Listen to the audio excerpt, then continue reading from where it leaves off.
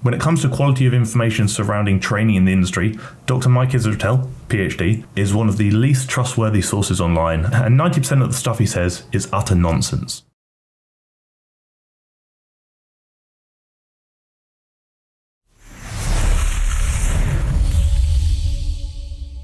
So a lot of you watching this video like training or fitness in some capacity, and a lot of that may involve resistance training, being lifting weights or utilizing resistance to essentially get bigger, stronger, fitter. And oftentimes online you see so many creators, especially the ones who are heavily involved in the science, really saying some complicated things that might confuse you but could probably actually really benefit your training, whether you're doing that looking to take it to a high level or simply just do it casually to look a bit better, lose a bit of weight, wherever it may be. So what I'm going to do is I'm going to take some complicated things, I'm going to simplify them massively, and I'm also going to debunk a lot of incorrect information portrayed by some very highly credible individuals in the industry, such as Dr. Mike Israetel. Throughout this video, if I say something you either agree with, or if I even teach you something you didn't already know, then I would appreciate it if you did subscribe to the channel, as it means a lot to me and it helps the channel grow, which means I can hopefully do more things like this. Throughout this video, Mike Israetel is taking a very large bodybuilder through a back session, so training their back. They're utilizing a lot of things that many of you may have heard online, and many of you may still utilize yourself when you may not need to, and I'm going to tell you exactly why in a moment. And no, this is not just relevant to the context of trying to be a bodybuilder. This is relevant to anybody who in any capacity likes to resistance train to build muscle, get stronger, or look better. A lot of times I'll find that stretch, and instead of like almost exploding from that lengthened position, what I'll do is I'll be very acute in my concentric control. So this is reference to a concept called time under tension, which essentially refers to deliberately slowing the concentric portion of a rep. And the concentric portion is a portion in which you are contracting. So if you do a bicep curl, the portion in which you're bending the elbow, that is the concentric. The portion in which you're stretching the bicep and straightening the elbow, that is the eccentric. So stretching is eccentric, contracting and tightening is the concentric. The time under tension is reference to deliberately slowing the concentric, or making the rep last longer to provide a greater stimulus for growth. And quite frankly, it's nonsense. Time under tension has been debunked so many times. Please don't do it. If anything, actually deliberately slowing your reps to this extent is actually going to potentially hinder your gains, actually make it worse for building muscle and achieving your goals. What we look for when trying to get the best stimulus for growth is a controlled eccentric, so a controlled lowering or stretch portion of the rep. That's not for muscular benefit, that's primarily for technical standardization and injury prevention, but a fast concentric for a fast explosive contraction, because that's going to help basically utilize higher threshold motor units, which basically means you're going to get a better stimulus for growth when it comes to building muscles. So it's basically going to be better for your muscles when it comes to making them bigger and stronger. And then people will jump, but time under tension is incredible. Mike Israetel preaches about it all the time. If time under tension was so fantastic, I'll give you two examples. Number one, Austin actually gave me this example, marathon runners. Marathon runners are running for a very long time. They're under tension for so long. But why are their quads, so their leg muscles, pretty small? Sure, they're lean and certainly very defined, but they are pretty small. The second one, if time under tension was so fantastic, what we would then do is look to have the most effective optimal workout in the world, and that would consist of one rep that lasts an entire hour. Imagine a whole workout of one rep, just taking time under tension to the extreme. But when I say that, you think it sounds pretty silly, just like time under tension is. Shameless plug, if you're interested in TFNL coaching, working with me online on a one-to-one basis, wherever you are in the world and whether you train at home or at the gym, click the link down below in the description, or maybe even the comment section too. Book in a free consultation Zoom call. Let's have a chat and see what's occurring. Connection, my muscle connection is so great at that point, and I have so much blood flow that the risk of injury is low. And I know I'm not ego lifting because I just did 15 reps with crazy good You're also form. too tired to get hurt because you can't produce that much force anymore. Mind muscle connection, another concept heavily utilized by everybody in the industry, which essentially refers to feeling the movement. So what people say with mind muscle connection is basically thinking about the movement more and more to the extent where you can feel it more, which in turn must surely mean it's doing more for you, your body, and your muscles. But that's not true. The thing with mind muscle connection is typically as you get stronger and start lifting more weight, sensation does typically decrease. So to counter that, you would then not progress and not increase the weight, but instead just feel the movement more and more as a means of progression. But for progression to occur, adaptation needs to occur, which means you basically have to force your body to do something better. Just thinking about feeling muscles more isn't contributing to adaptation occurring. It's actually probably going to hinder adaptation occurring. So as you get stronger, do expect for mind muscle connection to potentially decrease or reduce. You can quite frankly make really bad movements feel really good, and doesn't mean they're effective because they've got more mind muscle connection. The thing to really rationalize when it comes to mind muscle connection is just because you don't feel something doesn't mean it's not working effectively.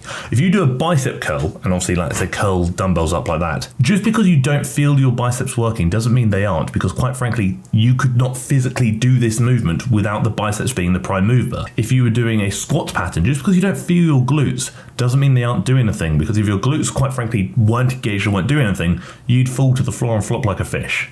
So again, sensation doesn't necessarily correlate to effectiveness. Another cool thing to try on that thing as a third option is like lengthen partials.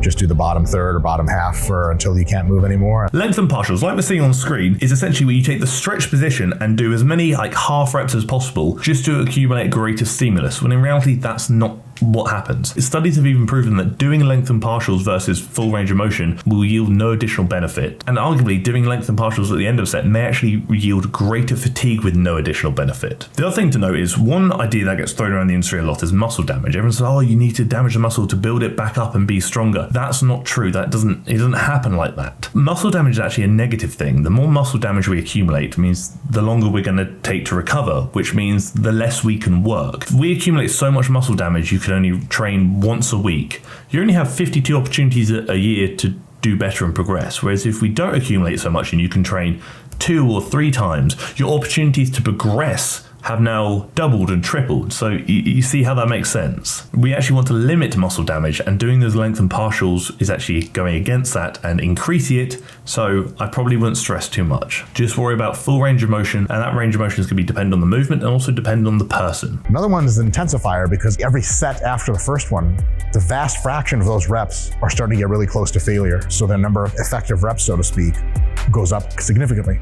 Put another way, the number of approaches to failure you have in 50 total reps is going to be way higher than if you did 5 by 10 or something like that. So again, another thing you see thrown around the industry, intensifiers, drop sets, myo rep sets, whatever it may be. Quite frankly, intensifiers are no more beneficial for growth and stimulus versus straight sets. In many cases, straight sets are probably actually better. A couple of things that occurs when it comes to intensifiers is number one, shorter rest periods. Shorter rest periods aren't good for building muscle. If you want to build muscle to the best of your abilities, slightly longer rest periods between anywhere from let's say 2 to 5 minutes are going to be better, because you can put more effort into each set and utilize higher threshold motor units, which then in turn means greater stimulus for muscle building capacity. Short rest periods prevent us from being able to do this effectively, therefore potentially hinder gains and progression. Training intensifiers are also extremely fatiguing for no additional benefit. If you can only get, let's say, a random number of 5 effective reps per set, doing additional intensifiers will not massively change that, but it will accumulate mass amounts of fatigue, which means you then have to recover longer, potentially leading to less opportunities for growth due to less training stimulus over the week, the month, the year. So quite frankly, intensifiers, sure, they may feel good, make you feel like you're working harder and cooler than ever, but unless you're really pushed for time, I probably wouldn't stress about it. If you are pushed for time, I get it. You can throw them in if you want to, especially things like myo rep sets. But if you're not pushed for time, straight sets are going to be your best friend unless you really quite enjoy them. And quite frankly, if you enjoy doing something, that's probably reason enough to do it, but understand it may actually be hindering your progress. We've already seen that the individual being trained here is bloody huge, massive guy. And Mike Israetel is also a massive guy, very muscular individuals. That doesn't mean they necessarily know what they're talking about. Genetics play a huge role in many things, and size shouldn't necessarily influence credentials or knowledge. Quite frankly, genetically, I probably do okay, because you cannot bench press over 400 pounds as a junior, which means 23 years of age or younger, naturally without probably fairly tolerable genetics, which I did. I'm also probably not as small as many people think, considering in the photo you're about to see on screen, I'm about 6'3" and about 250 pounds, relatively lean. I just don't like my physique to be a point of credibility on my channel. I like people watching me and potentially subscribing to me because they either learn something or find my videos moderately, sometimes tolerably entertaining. My physique shouldn't dictate that, and I never wanted that to be a selling point, which is why you rarely see it. And in addition to that, this video is a prime example that people with PhDs can still be wrong or believe in outdated information. Throughout this video I've presented many studies on screen which have contradicted what Mike says, but Mike has a PhD and I don't. Does that mean despite these studies disagreeing with everything he said, and many people in the industry disagreeing with what he said, does that suddenly mean I'm wrong and he's right just because he's got the label? Sure, I may be a master of science myself, but he is academically superior to me. But I'm still correcting a lot of his information and potentially misinformation. Who do you choose to believe is completely up to you, but all I'm going to say is do not let somebody's credentials immediately dictate their quality of information. Just like all my videos, this is simply my opinion, and I'd love to hear yours in the comment section below. And hopefully throughout this video, I've presented you with some education and information that may indeed help you along your training journey. Thank you for tolerating me. Thank you for tolerating my waffle about lifting and science. And thank you for tolerating the video.